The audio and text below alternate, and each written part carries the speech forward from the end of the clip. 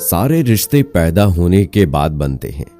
इस जमीन पर एक वाहिद ऐसा रिश्ता है जो हमारे पैदा होने से 9 माह पहले बन जाता है। वो बस वही खाती है जिससे हमें नुकसान ना हो। वो बड़े से बड़े दर्द में भी अजाब भुगत लेती है, मगर दर्द मारने की दवा नहीं खाती कि कहीं वो दवा हमको न मार दे।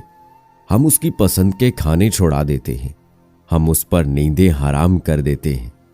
वो किसी एक तरफ होकर चैन से सो नहीं सकती, वो सोते में भी जागती रहती है। 9 महीने एक अजाब से गुजरती है।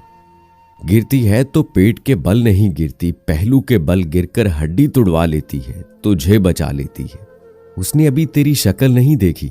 लोग शक्ल देखकर प्यार करते हैं, वो गायबाना प्यार करती है। लोग तस्वीर मांगकर सिलेक्ट करते हैं। दुनिया का कोई रिश्ता इस खुलूस की मिसाल पेश नहीं कर सकता। खुदा को इस पर इतना एतबार है कि उसको अपनी मोहब्बत का पैमाना बना लिया, और जनती है तो कयामत से गुजर कर जनती है, और होश आता है तो पहला सवाल तेरी खैरियत का ही होता है।